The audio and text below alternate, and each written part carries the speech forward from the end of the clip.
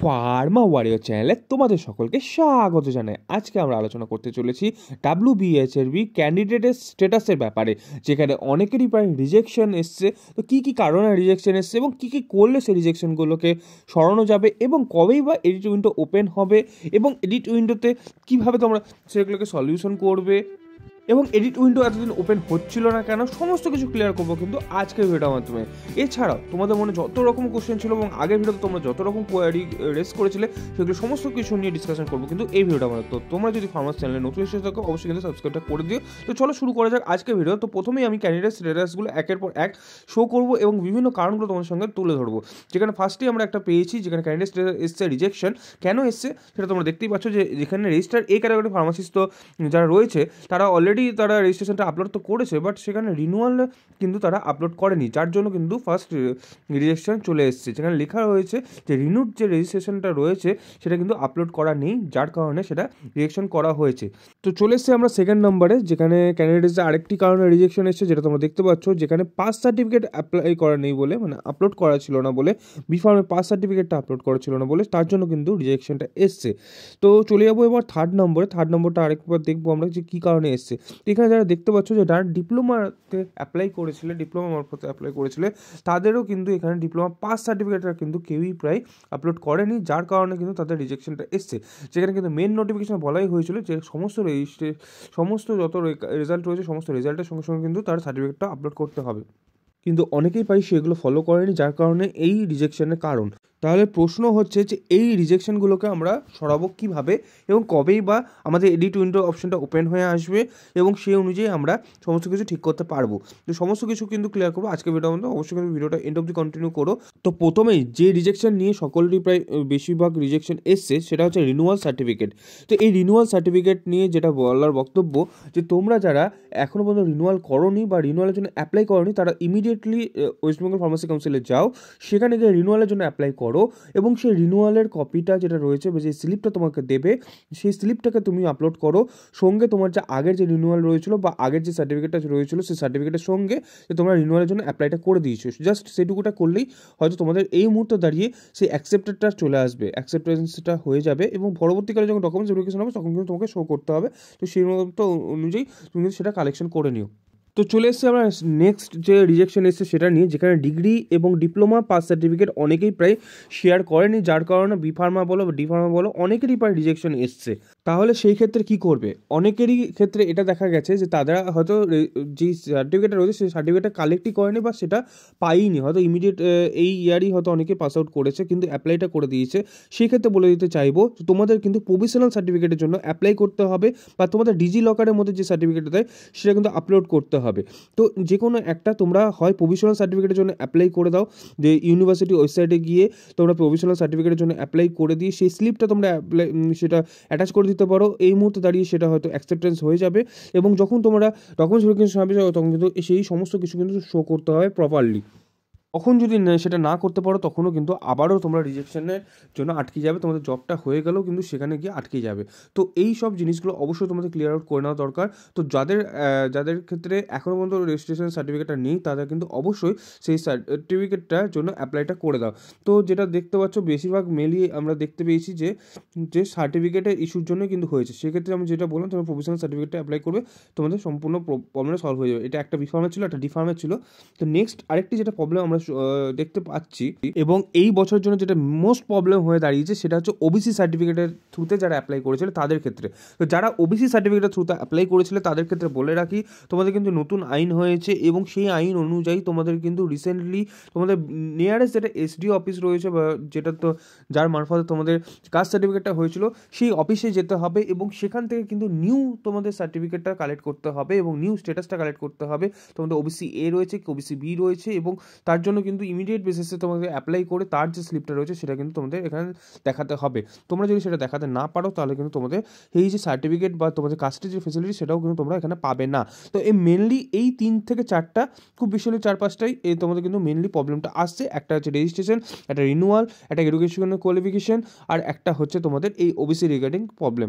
তো আশা করি তোমাদের রিজেকশনগুলোকে আমি ক্লিয়ার আউট করতে পেরেছি। এবার আমি কথা বলবো এডিট উইন্ডোর ব্যাপারে। তো অনেকেই প্রায় তোমরা বলছিলে যে তোমাদের এডিট উইন্ডোতে যে ফার্মাসিস্টের এডিটের যে অপশন সেটা কিন্তু শো হচ্ছে না। তো চলো সেই অনুযায়ী তোমাদের এবার আমি সমস্ত কিছু ক্লিয়ার আউট করবো। তার প্রথমে আমি তোমাদের দেখাতে চাইবো যে আমরা যে আগের ভিডিওটা বানিয়েছিলাম ফার্মাসি চ্যানেলে, যে আগের ভিডিওটা এসেছিলো যেখানে এডিটটা কীভাবে করতে হবে এবং তার নিয়ে কিন্তু ডিটেলসে বলেছিল এবং ক্যান্ডিডেট স্ট্যাটাসটা কোথা থেকে চেক করতে সমস্ত কিছু নিয়ে ডিটেলসে বলেছিল। সেখানে অনেকেরই প্রায় রেসপন্স এসেছিলো যে দাদা এই উইন্ডো কিন্তু আমার ওপেন হচ্ছে না এবং আমার কাস্টের যে প্রবলেমটা রয়েছে সেই কাস্টের কারণে আমার কিন্তু রিজেকশন এসছে।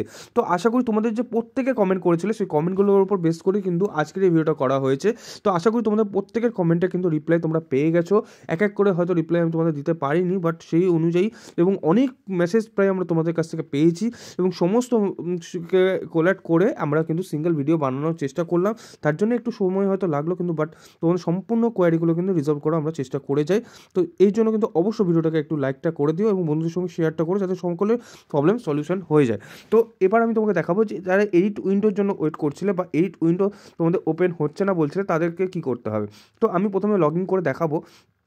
তো প্রথমে লগ ইনটা করে নিই।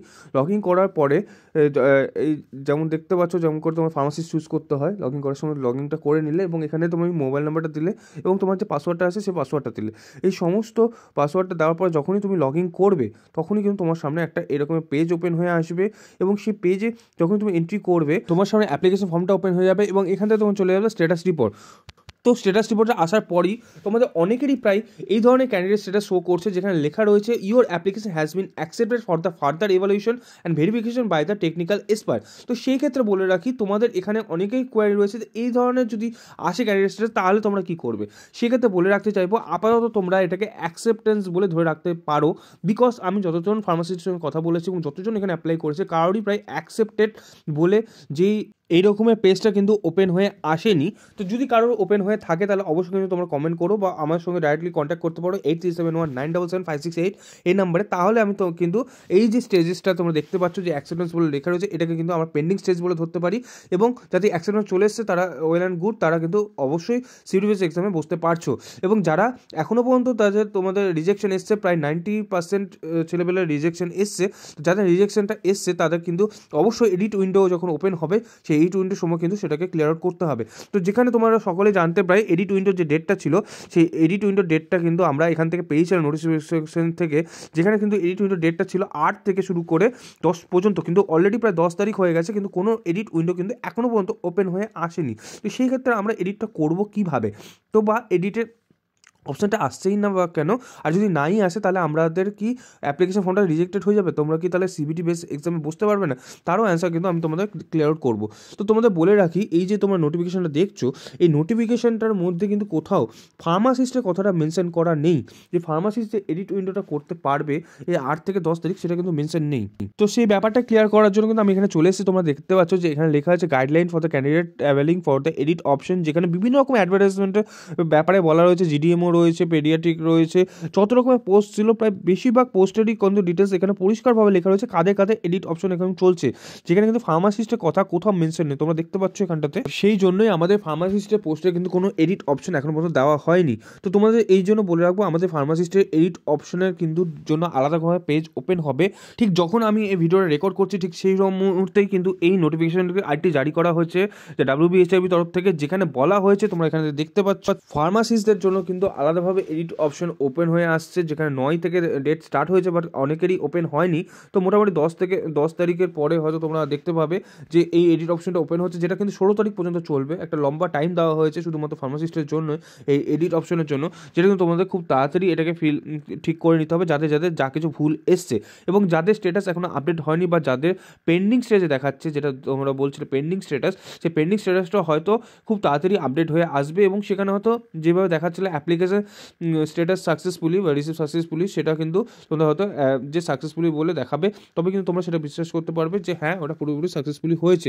বাট যদি কারো সেরকম এসে থাকে তাহলে কিন্তু অবশ্যই তোমরা কমেন্ট করো এবং অথবা আমাদের সঙ্গে হোয়াটসঅ্যাপে যোগাযোগ করো 8371977568 এই নাম্বারে। আর তোমরা যদি WBHRB কে নিয়ে চিন্তিত হয়ে থাকো, সিবিটি বেস এক্সামে কীরকমভাবে কোশ্চেন আসছে বা কীরকমভাবে প্রিপারেশন নিলে তোমাদের খুব ইজিলি সেটাকে ক্র্যাক করতে পারবে, সেটাও আবার অভিজ্ঞ ফ্যাকাল্টির মাধ্যমে, তাহলে অবশ্যই যুক্ত হতে পারো ফার্মা ওয়ারিয়ার্সের complete WBHRB CBT exam guide ক্লাসের সঙ্গে, যার রেজিস্ট্রেশন লিঙ্ক তোমরা ভিডিও ডিসক্রিপশন বক্স থেকে পেয়ে যাবে। এবং এই সংক্রান্ত কোনো রকম তথ্য কিছু জানার থাকে অবশ্যই কিন্তু তোমরা কমেন্ট করো অথবা আমাদের হোয়াটসঅ্যাপে যোগাযোগ করো, আমরা তোমাদের ডিটেলসে আরও ভালোভাবে বুঝিয়ে দেবো কীরকমভাবে ক্লাস হয় এবং কী কী ডিটেলসে কীরকমভাবে মক টেস্ট হয় এবং মক টেস্টে কীরকম ডিসকাশন হয়, সমস্ত কিছু তোমরা খুঁটিনাটি জানতে পারবে। তো আশা করি আজকের যে ভিডিওটা ছিল এই ভিডিওটার মাধ্যমে তোমাদের মনে যত রকমের কোয়ারি ছিল WBHRB নিয়ে সমস্ত রকম কোয়ারি রিজলভ করতে পেরেছি। এবং WBHRB নিয়ে আর যদি কিছু কোয়ারি থেকে থাকে অবশ্যই তোমরা কমেন্ট করো, এবং তোমাদের কোয়ারি রিজলভ করতে পারলে আমাদেরও ভালো লাগে এবং তোমরা অবশ্যই সেই কমেন্টগুলো করো এবং তোমরা কী ধরনের ভিডিও চাও ফার্মার্সে সেটাও কিন্তু আমাদেরকে জানিও, সেরকমভাবে আমরা ভিডিও কিন্তু আনার চেষ্টা করবো। তো আজকে আমরা ভিডিওটাকে এখানে শেষ করবো, দেখা হবে আরেকটি নতুন ভিডিওতে, ততক্ষণ পর্যন্ত keep updates always all time with farmers. ভিডিওটা ভালো লাগলে অবশ্যই লাইক এবং সাবস্ক্রাইবটা করে দেবো। থ্যাংক ইউ সো মাচ ভিডিওটা এন্ড অবধি কন্টিনিউ করার জন্য।